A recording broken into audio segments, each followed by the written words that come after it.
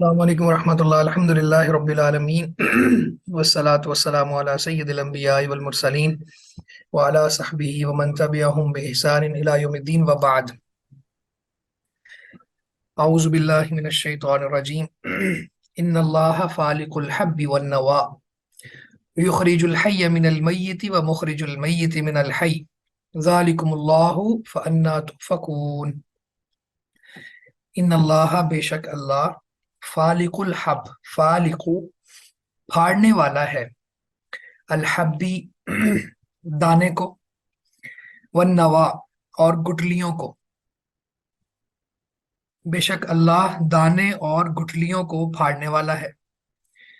یخرج الحی من المیت، یخرج وہ نکالتا ہے، الحی زندہ کو، من المیت مردہ سے، وہ زندہ کو مردہ سے نکالتا ہے۔ ومخرج المیت من الحی، ومخرج اور وہ نکالنے والا ہے، المیتی مردہ کو، من الحی زندہ سے، اور وہ مردہ کو زندہ سے نکالنے والا ہے۔ ذالکم اللہ، یہی اللہ ہے، فانا تؤفکون، پھر تم کہاں بہکائے جاتے ہو، فانا پھر کہاں، تؤفکون تم بہکائے جاتے ہو۔ بے شک اللہ دانے اور گٹلیوں کو پھاڑنے والا ہے، وہ زندہ کو مردہ سے نکالتا ہے اور مردہ کو زندہ سے نکالنے والا ہے، یہی اللہ ہے، پھر تم کہاں بہکائے جاتے ہو۔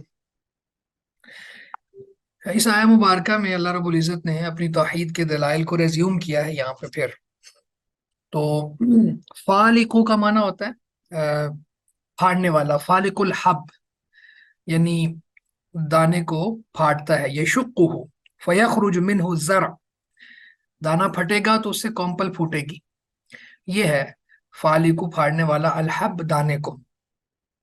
تو اس میں گندم کا دانہ آ گیا یا کوئی اور مکئی وغیرہ اس طرح کے دانے آ گئے، تو یہ دانہ جب یہ بیج کی صورت میں زمین میں بویا جاتا ہے تو پھر اللہ تعالیٰ اس کو پھاڑ کے وہاں سے ایک اور تنا اور کومپل اور پھر شاخ اور اس طرح کی چیزیں نکال دیتے ہیں۔ والنوا، یہ نواتن کی جمع ہے، یہ النواتو کی جمع ہے۔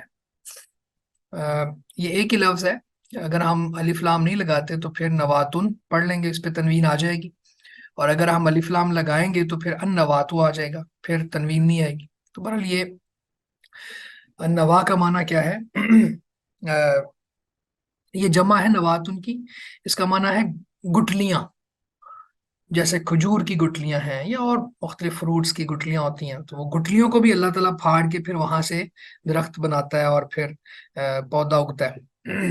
تو یہ اللہ رب العزت کا کام ہے۔ اچھا، وہ جو بیج زمین میں ڈال دیا جاتا ہے اور ڈال کے کسان آ جاتا ہے، اور اس کے بعد پھر اللہ تعالیٰ فرماتے ہیں کہ آپ اس کو کاشت کرتے ہو یا ہم کرتے ہیں، یعنی اس کو پھر کومپل کی صورت میں کون نکالتا ہے، تم نکالتے ہو یا ہم نکالتے ہیں۔ سورہ الواقعہ میں اللہ نے بڑی تفصیل کے ساتھ یہ بات بیان کی ہے کہ تم نے تو بیج وہاں پہ کاشت کر دیا، اس کے بعد پھر اس کو کومپل بنانا، اس کو وہاں سے نکالنا، اور وہ پہلے بیج پھٹتا ہے، پھر زمین پھٹتی ہے اور وہ باہر آ جاتا ہے، اور پھر وہ مزید ایک ایک بالی سے سو سو بالیاں بنتی ہیں۔ تو یہ کس کا کام ہے؟ یہ اللہ کا کام ہے۔ تو یہ اللہ کی توحید کی بہت بڑی دلیل ہے۔ اسی طرح یخرج الحی من المیت، زندہ سے مردہ کو نکالتا ہے۔ تو انسان، کل انسان من النطفہ، یعنی مردہ ایک پانی کا ڈراپ ہے، بالکل ڈیڈ ہے، مردہ ہے، اس میں سے اللہ تعالیٰ پھر ایک پورا انسان بنا دیتا ہے، اس کو کھڑا کر دیتا ہے۔ اور اسی طرح سے اور بھی مثالیں ہو سکتی ہیں مردہ کو زندہ سے نکالنے کی۔ نطفے اور انڈے سے جاندار نکل آتا ہے، اسی طرح سے یہی مثال فالق الحب سے، یعنی وہ دانہ جو تھا وہ مردہ تھا لیکن اس سے لہلہاتا ہوا خوبصورت پودا نکل آتا ہے۔ تو اسی طرح بعض مفسرین نے کہا کہ کافر سے مسلمان کو پیدا کرتا ہے، کافر مردہ ہے اللہ کے ہاں، کافر تو ٹھہرا کافر، وہ بندہ، وہ شخص جو اللہ کو یاد نہیں کرتا۔ مثل الذی یذکر ربہ والذی لا یذکرہ مثل الحی والمیت، وہ بندہ جو اللہ کو یاد کرتا ہے اور جو اللہ کو یاد نہیں کرتا، ان کی مثال زندہ اور مردہ کی ہے۔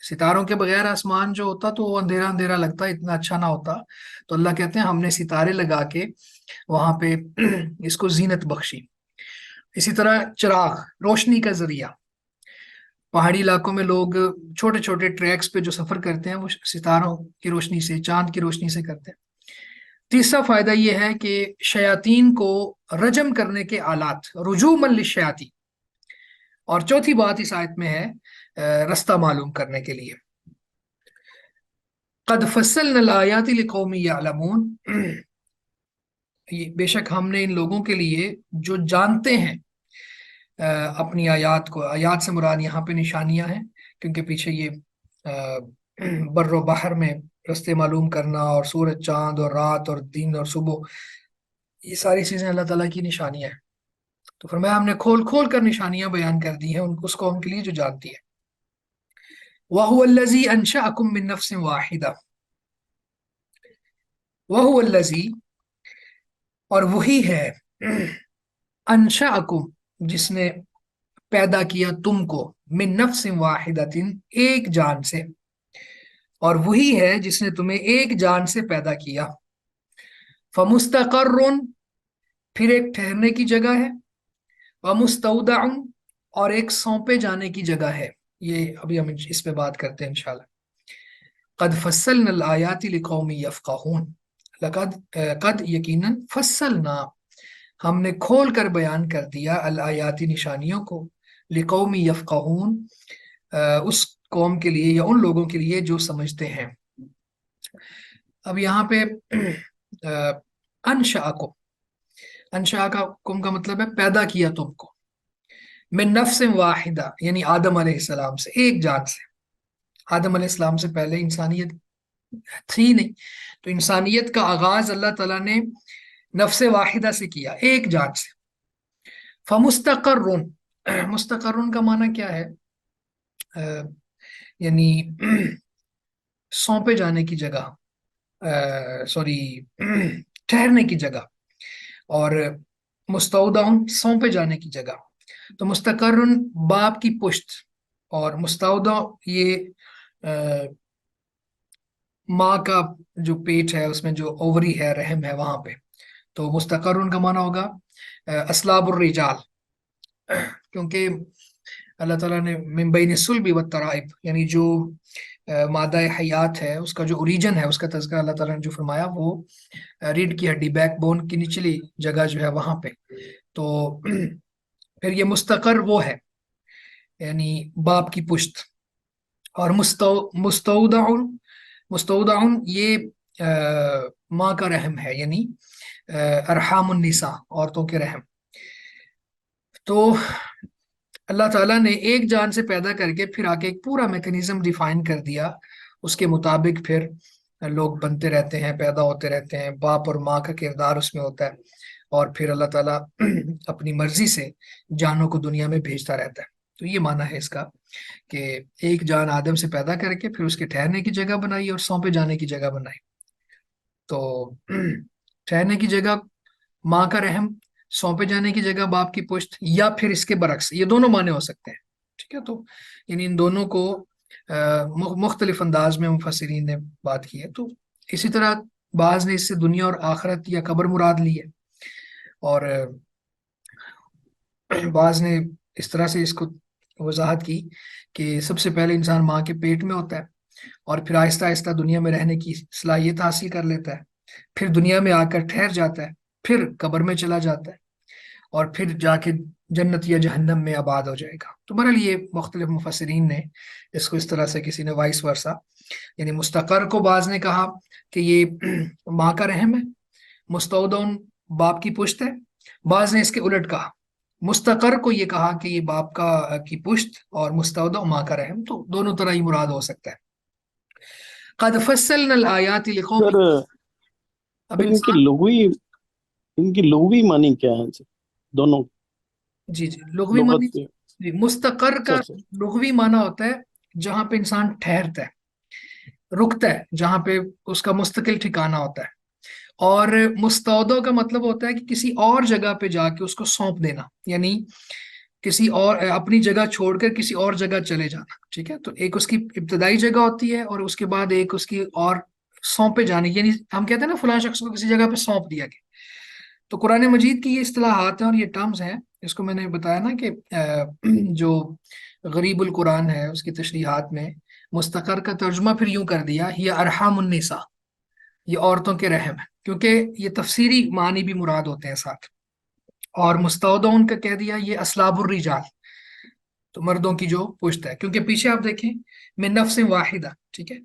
یعنی پہلے ایک انسان سے پیدا کیا اور اس کے بعد پھر آگے پورا ایک طریقہ کار وضع کر دیا اللہ تعالیٰ نے، یعنی ریپروڈکشن کا کہہ لیں یا آگے نسل بڑھانے کا، تو وہ طریقہ اللہ تعالیٰ نے اس کی طرف یہاں پہ اشارہ دے دیا۔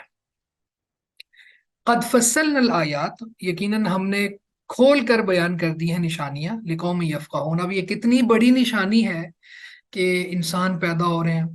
اور پھر اسی طرح سے جیسے بعض مفسرین نے اس کی تشریح یہ کی کہ دنیا اور آخرت مراد ہے، یہ قبر مراد ہے، قبر میں بھی انسان سونپ دیا جاتا ہے، دنیا میں آیا اور پھر اس کو قبر کی سپرد کر دیا گیا، اور پھر اس کو دوبارہ سے زندہ کر کے جنت اور جہنم میں سے کسی ایک کے سپرد کر دیا جائے گا۔ تو یہ ساری چیزوں میں کتنی نشانیاں ہیں، صرف ان کے لیے ہیں لقوم یفقہون، جو سمجھتی ہے، جو سمجھتی نہیں ہے، جس کے اندر فقاہت نہیں ہے، اور آفاقی دلائل کو سمجھنے کے باوجود بھی وہ آپ دیکھیں کہ پیچھے پچھلی آیات میں اللہ تعالیٰ نے آفاقی دلائل دی ہے، اور یہاں پہ نفسی دلائل یا انفس، انسان کی اپنی نفس کو دیکھو کہ وہ کیسے پیدا ہوتا ہے اور کس طرح سے وہ چل رہا ہے۔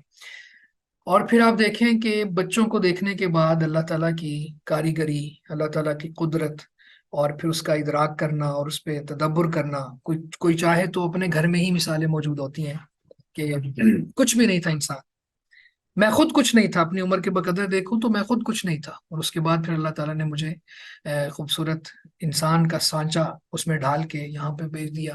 اور پھر آگے اپنے بچوں کو دیکھیں تو اور بھی زیادہ اس طرح کی چیزیں ذہن میں آتی ہیں، تو صرف تدبر کی ضرورت ہے، تفقع کی ضرورت ہے۔ تو جو نہیں کرے گا تفقع، جانوروں کی زندگی گزارے گا، تو وہ خالق تک نہیں پہنچ سکتا، یعنی وہ خالق کی معرفت حاصل نہیں کر سکتا۔ یہ پوائنٹ کلیئر ہو گیا تھا آپ کا، آپ جو کہہ رہے تھے؟ جی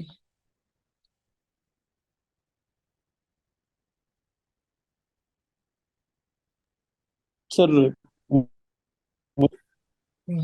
آپ کی آواز کٹ رہی ہے، یا تو آخر میں انشاءاللہ پھر بات کر لیتے ہیں۔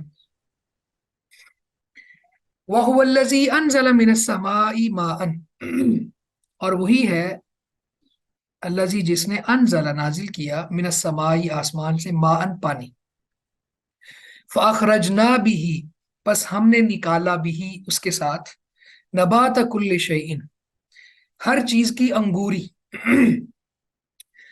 انگوری کو بھی سمجھتے ہیں ابھی انشاءاللہ، یعنی نبات، وہ جو بیج ہوتا ہے نا، یا پھر اس پہ انشاءاللہ ابھی تفصیل ہم بات کر لیتے ہیں، پہلے اس کو ٹرانسلیٹ کر فَأَخْرَجْنَا مِنْهُ خَزِرًا، فَأَخْرَجْنَا پھر ہم نے نکالا منہ اس سے، یعنی اس انگوری سے، نبات سے، خازرن سبز کھیتی، نخرج منہ حبا متراکبہ، نخرج ہم نکالتے ہیں، منہ اس سے، حبا متراکبہ، حبن دانے، پیچھے بھی بات ہوئی ہے فالق الحب، اور متراکبہ طے بطے چڑھے ہوئے، یعنی ایک دوسرے کے اوپر چڑھے ہوئے، یہ متراکبہ۔ وامن النخل، اور سر آواز نہیں آ رہی، باقیوں کو آ رہی؟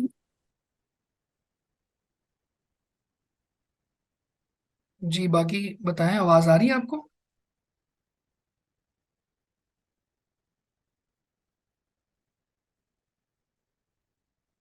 میری آواز نہیں آ رہی آپ؟ جی آ رہی ہے، آ رہی ہے۔ اچھا ٹھیک ہے۔ وامن النخل، اور کھجور کے درختوں سے، من طلعها ان کے خوشے، قنوان یہ جو گھابے میں سے ہیں، دانیتن جھکے ہوئے، یہ بھی ہم انشاءاللہ تفصیلاً بات کریں گے، پھر سمجھ آئے گی۔